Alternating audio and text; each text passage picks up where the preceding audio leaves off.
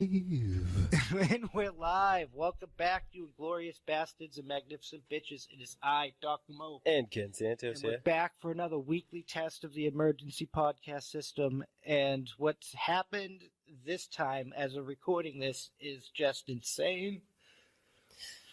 So many crazy things. I don't even know how to fathom them all at once. But, I have to thank here the United States of Texas for stepping up to the plate and just doing what should have been done in the very beginning. I mean, Texas, we're going to get right into this.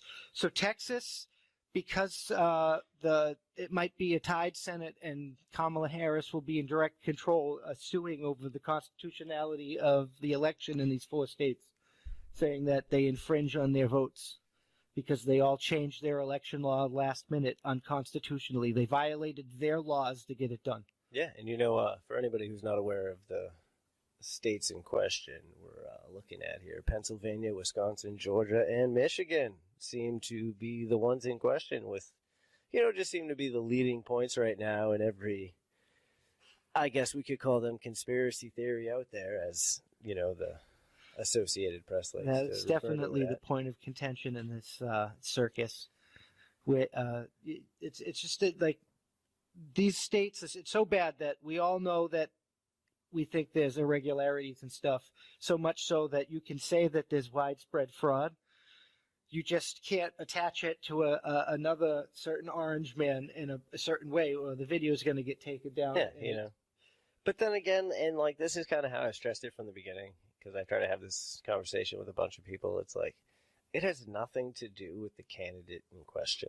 So let's process that for a second. Like, granted, we all know a whole bunch of other information that sets strong guidelines on that aspect. It really isn't about either person. I mean, it's just some people the process. But if we don't try to ensure the process, there's no real proof yet. But that's because we haven't investigated it, and that's going to take a while. And I don't think we have the time to do that. And it's there was some information that the FBI apparently raided someplace and got a bunch of laptops and a backpack full of USB drives and some other things.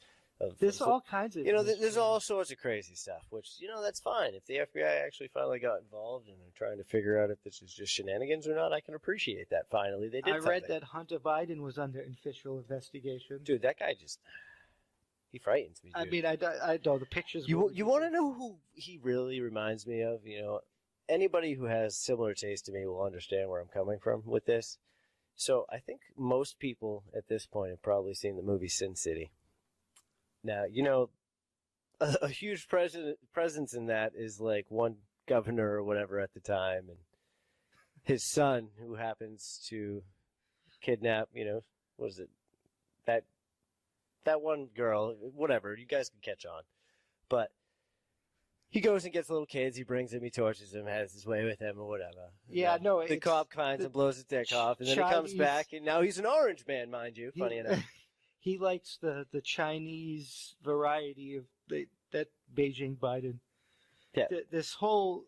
that I don't understand. He can't be allowed to be president. So I'm pretty glad that Texas is suing these four states that we just said over that, because they're saying that because of they handled the election egregiously, it disenfranchises everyone else, which they're technically not wrong. That's factual. You can't allow a process to be recreated in whatever form you want it to be based off of, your technical... If you look at it from a logistics standpoint, it's more or less like you made an executive order to change all of these things, superseding the judgment that needed to be done, which is like, okay, sure, you did that. But the problem is you attempted to do it the right way. A lot of you. Pennsylvania, and they even started the fucking process. Exactly. And then it got to the point where you were like, wait a minute, time, Frank, renege. You know what I mean? They took it back, and then they were like, executive order.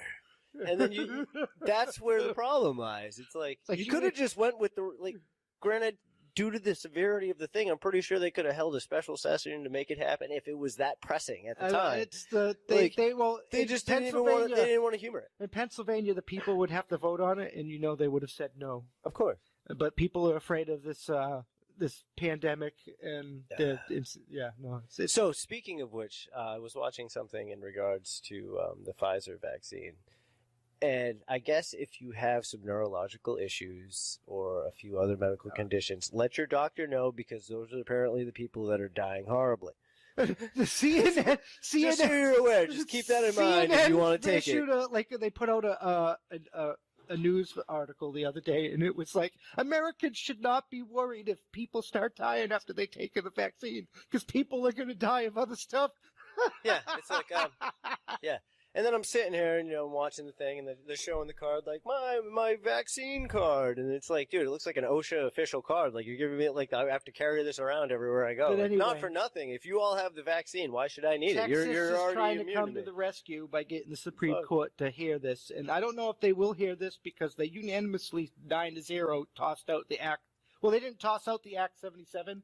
They're going to, rule on it and see it and judge its merits, but they basically denied the emergency injunction, which was to stop the current election.